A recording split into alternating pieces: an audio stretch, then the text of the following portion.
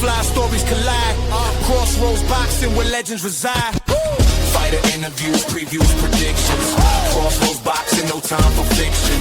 Yorkshire grit in every direction. Step in the ring, feel a connection. Bell rings, echoes through the cold Yorkshire air.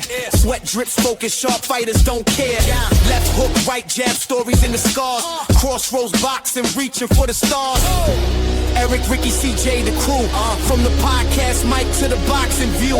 Predictions that hit interviews that spark. Crossroads boxing, lighting up the dark. Fighter interviews, previews, predictions. Crossroads boxing, no time for fiction. Yorkshire grit in every direction. Step in the ring, feel a connection.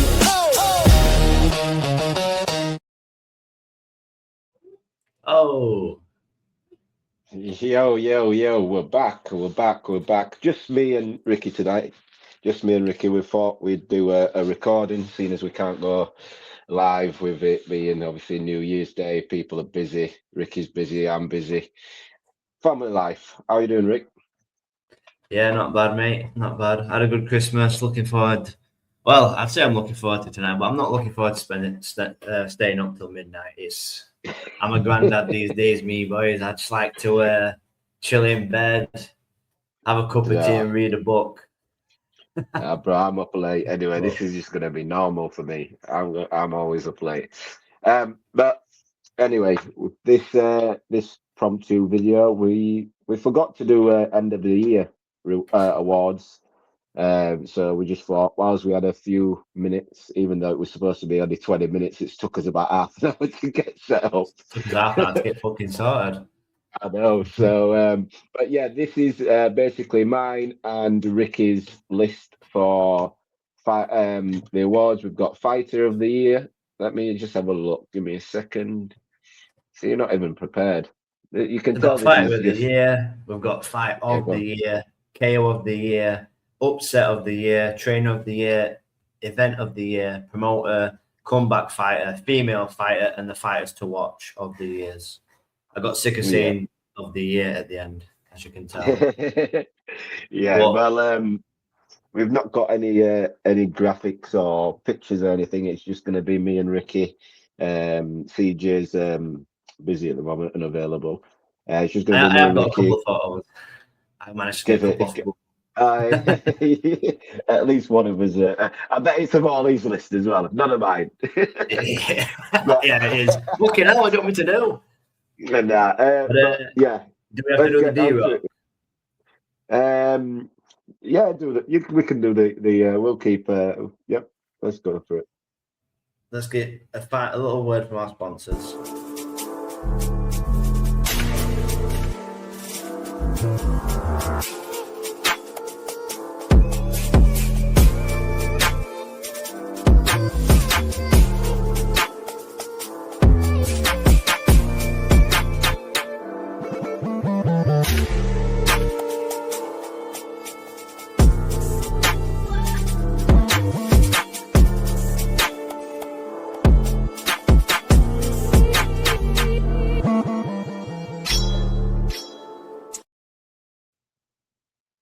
And we're back. We're back. We'll start from. Are we starting from Fighter of the Year? Or are we starting bottom to top? We'll go bottom to top, innit? Go on then. Yeah, Fighters to Watch for next year. Fighters to Watch. Ricky, who have you got? You've got two. I've got two picks. I've got male and female. I've gone for the females. Tia Ayton. I think she's very impressive. I've been watching her closely. She's very aggressive, good footwork, good speed. I like the way she goes about herself in the ring. And the male, I'll pick in between the two, but one's had a bit of a faster start. So I'll go with my main one is Moses Atama. I can see big things happen for him next year. I feel like they're really pursuing that world title elevation for him. But a notable mention as well to someone that we've interviewed before is Leo Watan. I think he's going to be doing big things next year as well and getting his career really, really on the map. So what about you, Eric? Yeah, they're good shouts. I've gone for two. It's not male and female. It is two males.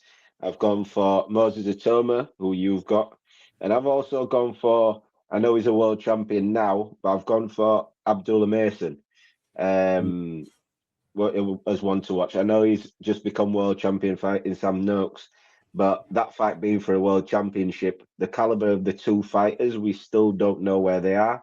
So for me, he's still one to watch at that 135 division. Yeah. Oh, yeah. Moses, Tia, yeah. And then we had Mason Noakes who became world champion as well. And that, what a fight that was as well. But we'll move on. Yeah. Female fighter of the year. Go for it, Eric. I have gone with the undisputed Gabriela Fondora. I think she doesn't get enough shine that she should, just because of, I think, her personality. She's quite quiet. Both her and her brother are similar in personalities. Very quiet, very well spoken. Not one for the glitz and the glamour constantly, but hell of a fighter. So yeah, I've gone with Gabriela Fondora for female fighter of the year. You? Yeah, my pick is Ellie Scottney. She spent this year picking up some wins in, is it the super bantamweight, where she's picked up another world title, unifying them. I think she's only got one more belt and then she's undisputed. I feel like she's had a good year. The first fight of the year where she picked up that title, she went up against a 20-0 opponent, a world champion, and then she defended those 3 belts. So I kind of think she'll be chasing that undisputed next year. But yeah, female fighter of the year for me. Not the obvious pick.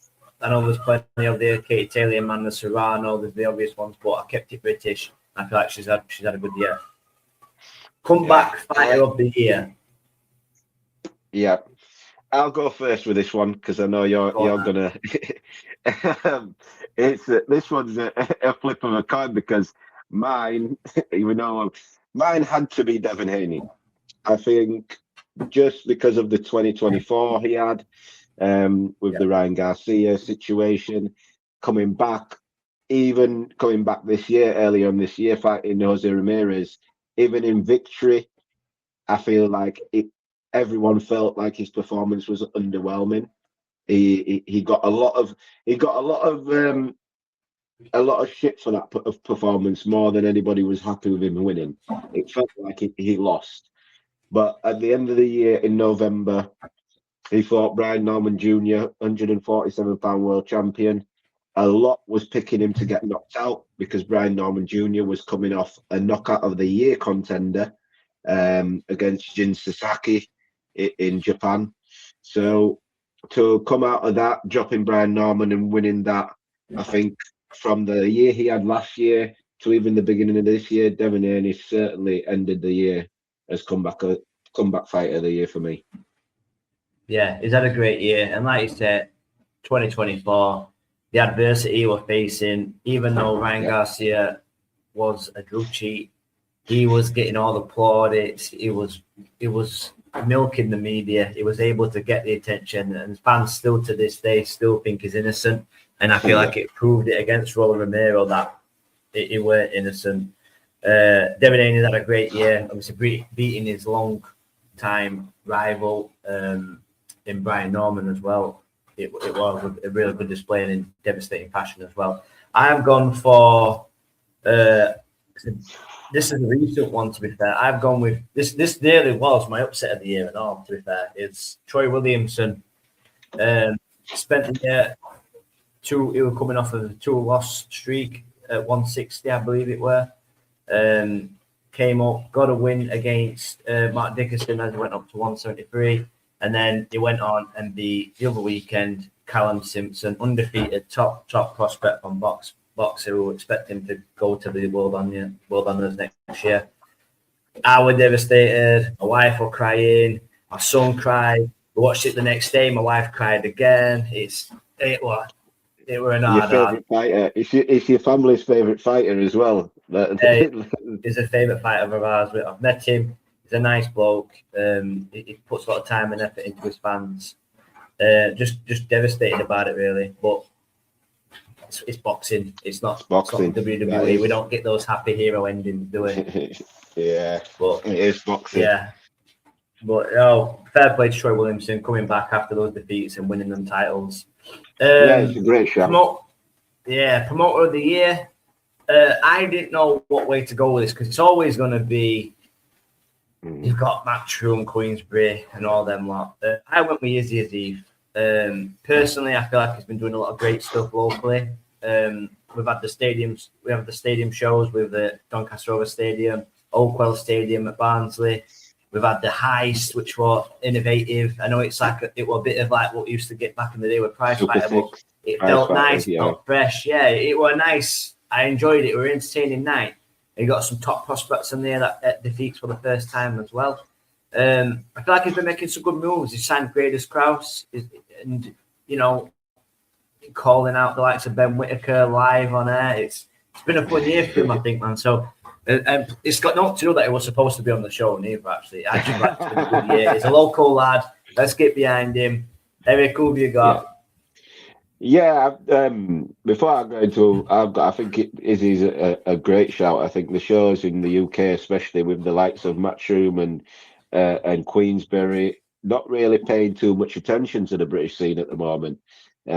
Izzy has certainly got the young crop of fighters, the grassroots fighters who he can make something of. And yeah, he has had a good year, and I look forward to seeing what he does next year, 2026. But I've gone for probably what everybody else is going to go for. I've gone for Turkey Al Sheikh, Ring Magazine, Riyadh season cards. I think in the last year we have gotten fights I don't think we would have seen. We've gotten great cards as well, which with the pay-per-view pricing on how much they're trying to charge people for pay-per-view for every event. I think what Turkey, Al Sheikh and Riyadh season and Ring has done is they've put those world-class fighters on the same cards, which makes it worth your money a little bit more than it did before, where you're just waiting up for the main event.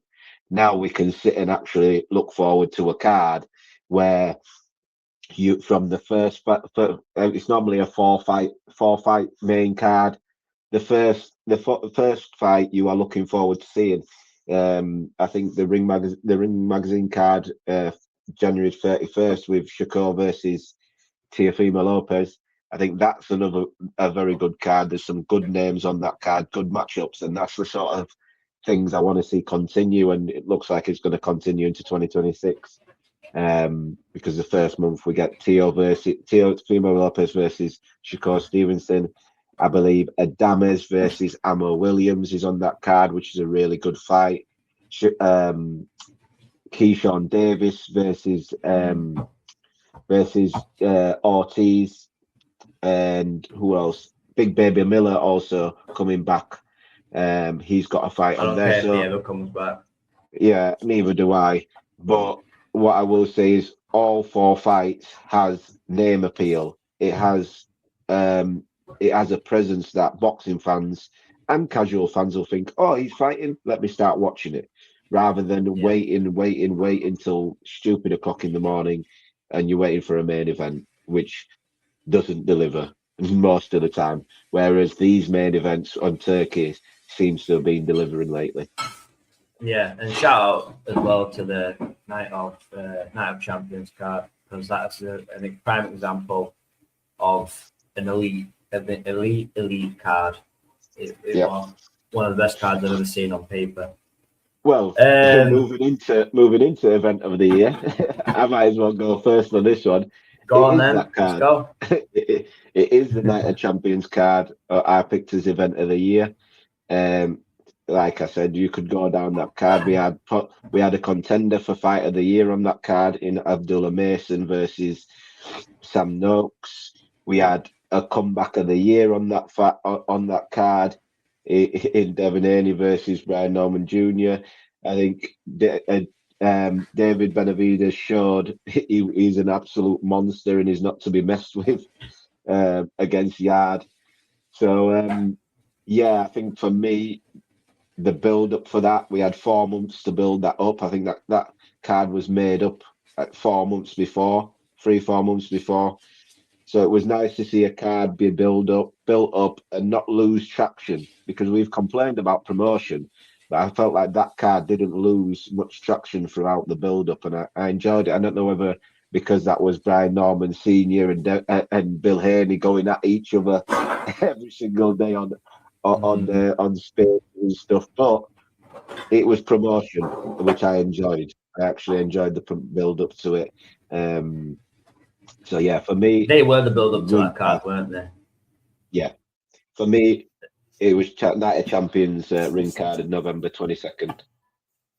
Yeah, well, I'll go with mine. Eubank Jr. versus Conor Benn 1. I just thought the build up, the egg slaps, the fines, the weight loss, all the stipulations, all the controversy. Then you get to the card itself, the WrestleMania-esque moments with Eubank rolling up out the limousine, simply the best, and then remixing straight into the Still Dre ring walk. You're just absolutely unreal. I just still get goosebumps thinking about it now. You know, you had Eubanks, they were split between in the run up, then they came back together, and it just all pieced together so well. It was a that movie. For me, probably yeah. For me, that earned it the event of the year. But obviously, notable mentions and shout outs to that Night of the Champions card as well, because that were absolutely fire on paper. Trainer of the year. Right. So for me, I'm going to give away. I tell you what, we'll skip trainer of the year and leave that till before fight. Go on then. We'll take your upset of the year then. My upset of the year. I'm picking it as upset of the year because everybody picked him to lose, not because I picked him to win. I picked him to win. So my upset of the year goes to Fabio Wardley versus Joseph Parker. I think Fabio Wardley, just the year he got put in there with Hooney. He had a tough time with Hooney, a very tough time with Hooney. But he managed to land that shot that proved, you know what I mean? I'm here. I'm not easily taken out. You might be able to outbox me, but if I can withstand what you can give me, I will give 10 times over. And he did in the Joseph Parker fight. It's a fight I didn't think Joseph Parker needed. It's a fight I didn't think Joseph Parker should have taken. And I said in the build-up, just because Joseph Parker has picked this opponent, because Wardley's a name, it's a dangerous fight. People like Fabio Wardley, you do not pick them to fight. You don't pick them. You wait till they are forced upon you to fight them. When you're in a position, especially when you're in Joseph Parker's position was, that Usyk wasn't fighting him, and it was supposed to be after this fight. Take an easier fight. For me, you've done too much work to take this hard-ass fight. But I can't blame Joseph Parker for wanting to prove himself. And that's what we want from fighters, to be like that. But the business of boxing, he's got a manager and a promoter. And I feel like they let him down, making him have that fight. But yeah, Fabio Wardley, he pulled it off. Like I said, he's got that puncher's chance always. He's got that dog, and he's a great finisher. A lot of people felt like the stoppage was early. I've seen that stoppage over 10, 15 times, and there's not one time I think it's early. Not once do I think it's early. The thing is, if the referee had stopped it the round before, like we said, that might have been a bit too early, but it was round and then the next round. The referee had plenty of opportunities to stop that fight, and he didn't. He let it go because it was Joseph Parker. So for people to say, "Oh, fix was in," I think the fight went as long as it did in that round, especially because it was Joseph Parker taking those punches. Had it have been anyone lesser, I think the referee jumps in a long time before that. But yeah, Ricky, what's yours? I'm gonna go with. Obviously, because of the way it's listed, now that we've skipped one, mine is Eubank versus Ben 2. I was devastated with this loss. Eubank just weren't the Eubank that we were looking forward to seeing all from at all the first fight. I feel like Conor Benn and his team, they got the tactics, spot on. I don't think, like I've said before, I don't think Conor Benn did anything too legitimately well. It was just better than a very, very poor Eubank on the night. So upset of the year for one, the event that we kind of thought we were going to get. I know we didn't expect the first fight, but we expected something more than what we got. and then obviously the result. I know it comes out that Eubanks had to go and have surgeries on certain health issues and stuff like that afterwards.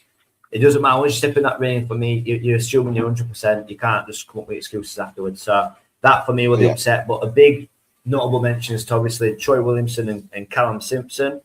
That was a big one. And Callum Smith and Boatsy for me nearly made the list. That also nearly made the list for fight of the year as well. I don't think it quite made it for me. Or did it make it? No, I'm not sure, but for me, definitely an upset. It just missed out. But upset of the year, I hear that. I hear the Chris you because we expected Chris to sort of finish the job. To say, and the condition he came in, you could tell after the first round that it was going to be a tough night. I don't think Conor Benn did anything special, like you said. I felt like if Conor Benn had fought the same way he fought the first fight, I believe the condition Chris was in that second fight, Conor would have stopped him. So all the praise Conor gets for this fight, I generally think Conor fought a safety first, kind of scared fight. Everyone can say his tactics. He was scared to go in. He was scared to be himself because Conor won't box like that again. He'll be back to his reckless self after this fight. But moving on, we have got KO of the year. Who have you gone with? So I went. This one was a difficult one. One reason why, because in my head I've gone with like a more UK based approach for this list because I feel like that's what suits like our show. And obviously, originally these shows weren't going to be this list. Weren't going to be on this show. So I went for an event that I was at. But first off, I don't know if you picked this because I can't remember what you picked. But if you have picked it, I'm sorry. But a massive notable mention to the Brian Norman and is it Sasaki knockout with the hook and the headband. That is a mean knockout. But I went with Usyk and Dubois too, which is not far off a similar fashion. It was a big left hook. I think a big left hook anyway. But I remember it being a big punch. It puts Dubois down. It doesn't make the 10 count.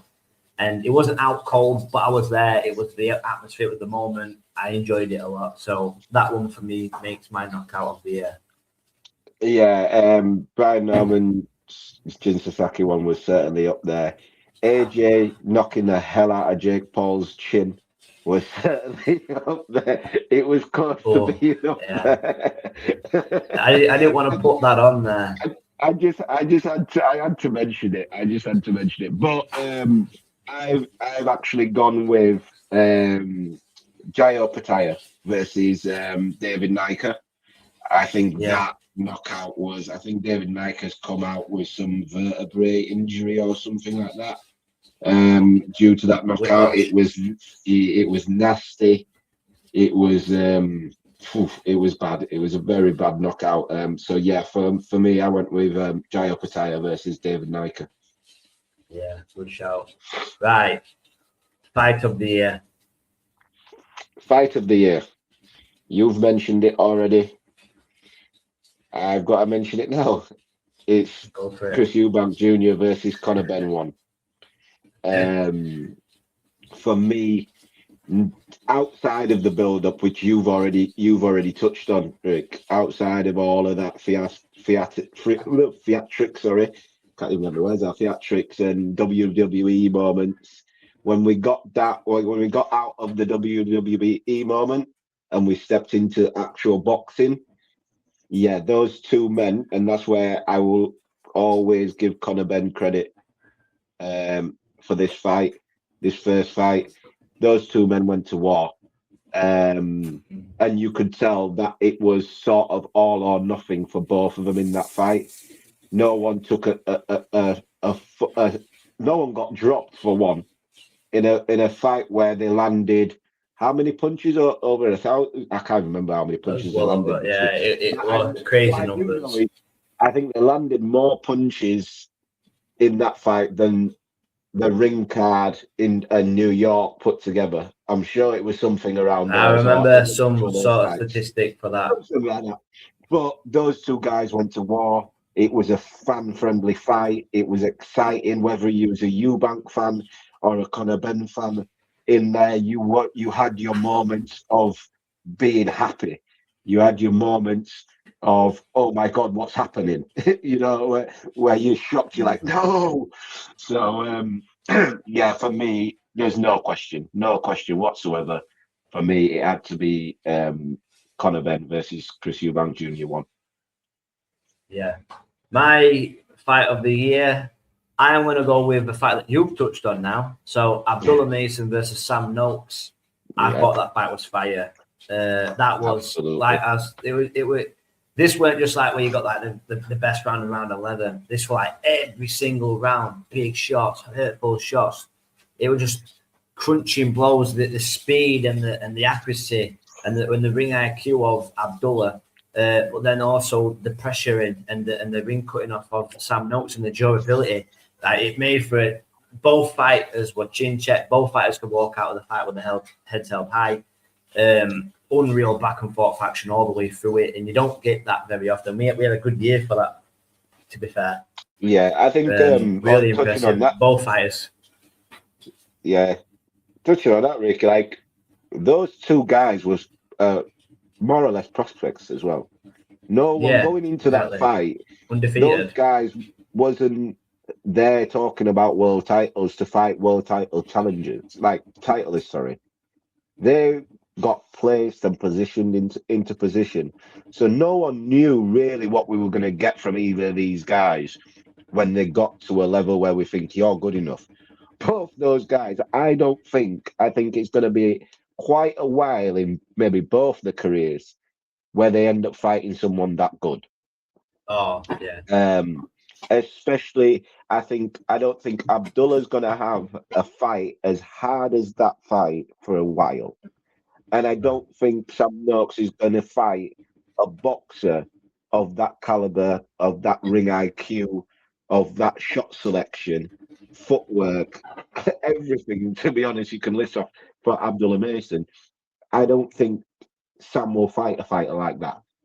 I don't know how much that fight's took out of Sam. I hope it's made Sam learn a lot, because you can learn a lot from a loss. Hopefully he does learn a lot, but they were both taking a lot of shots in there. And sometimes when you come off, when you're on the losing end of a fight like that, it can go two ways. You can either learn a lot, or it could have took a lot out of you. And hopefully it's that Sam learned a lot, because I can't wait to see him fight again. No, I see Sam Noakes. I was already looking for this. This is one of those fights where I was extremely looking forward to it. It was one of those where you just knew it was gonna be fire. Like Abdullah Mason is a big puncher. He's fast. He's quick. His footwork is absolutely unreal. And then Sam Noakes, he just never lets you breathe. He attacks the body. He's hard. He's got such a great shot selection himself. He's got speed himself. It honestly, like, on paper, it couldn't have been. Even in watching it, it couldn't have been any better. It could not have been a better fight. Yeah. No, I agree.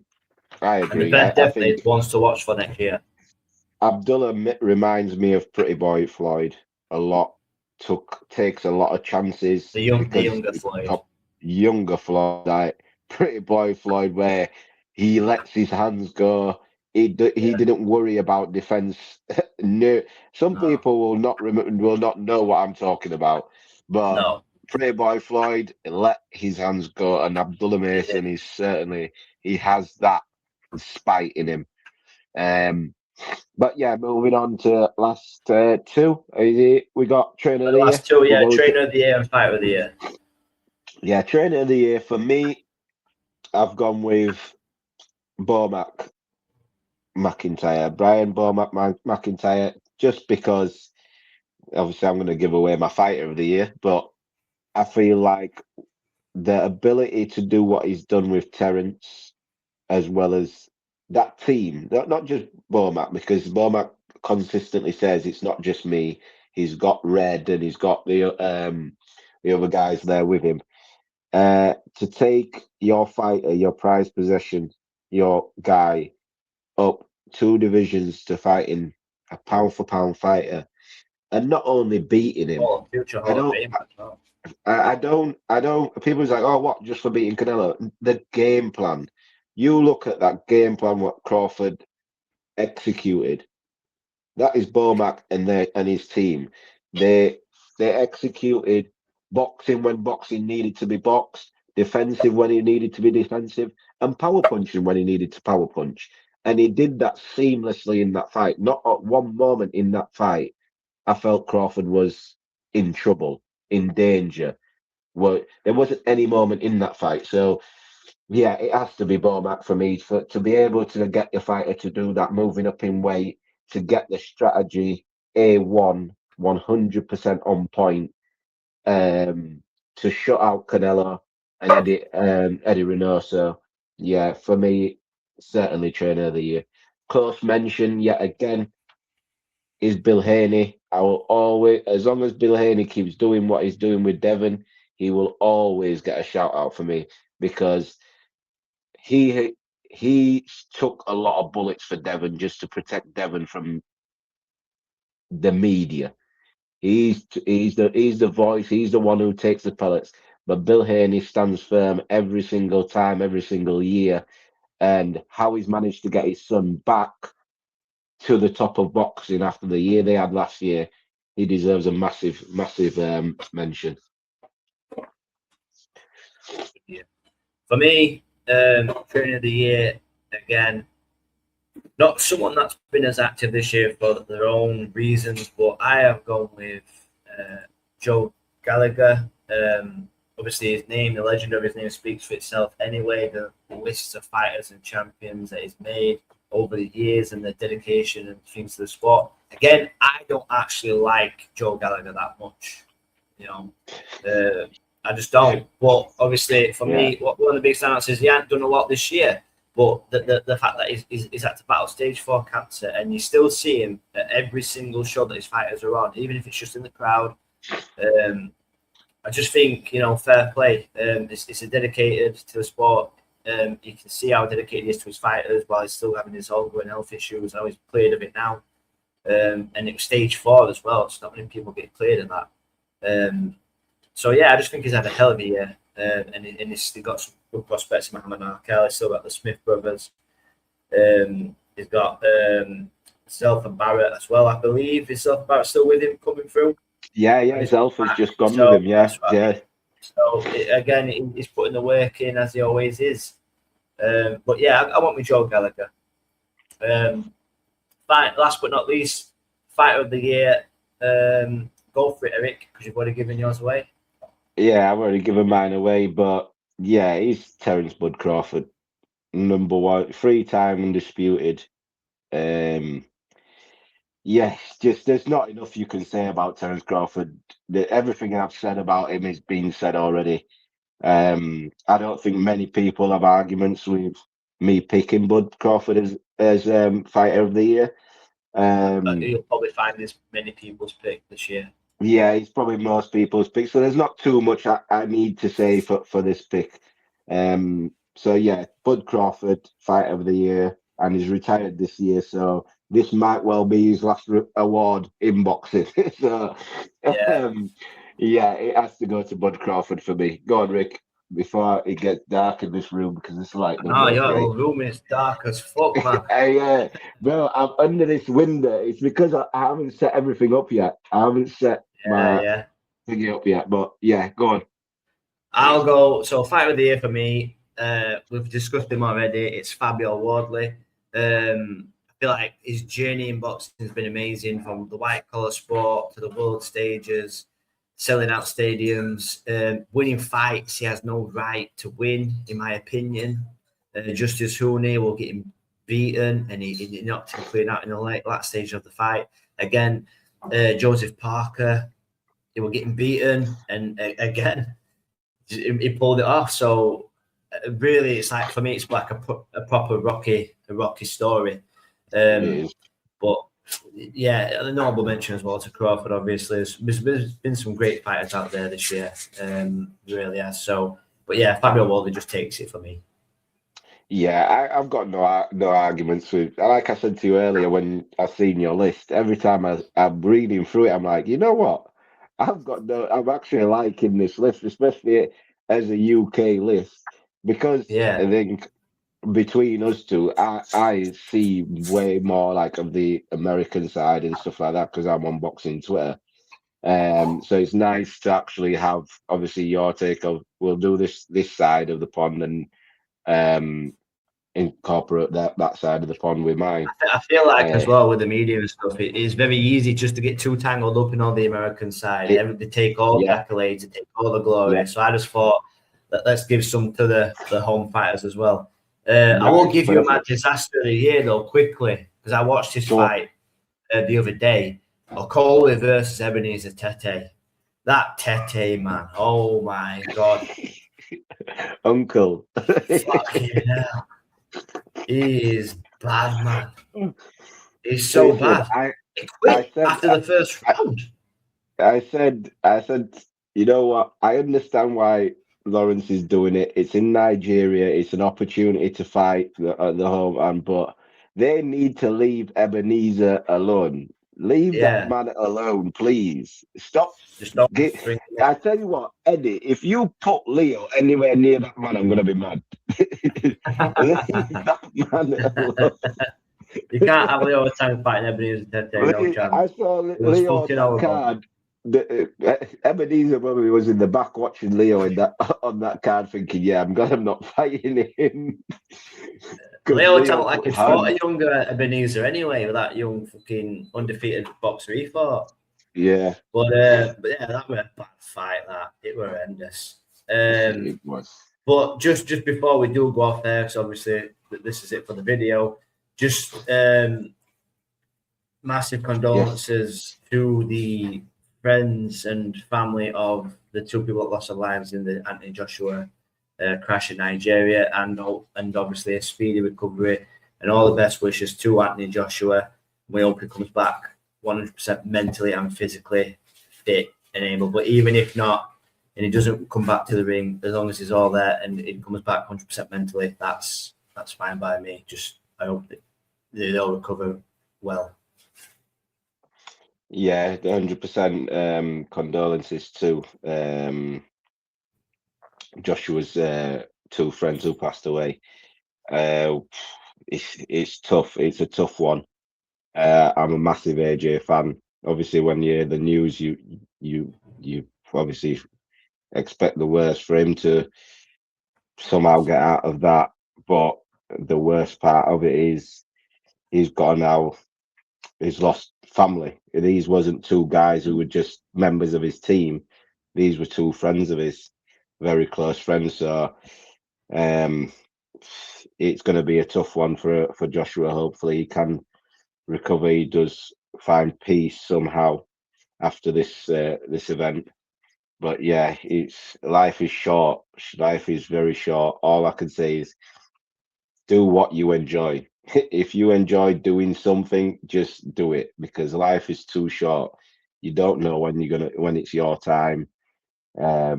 So yeah, this is why I've done this podcast, doing this because I enjoy talking about boxing.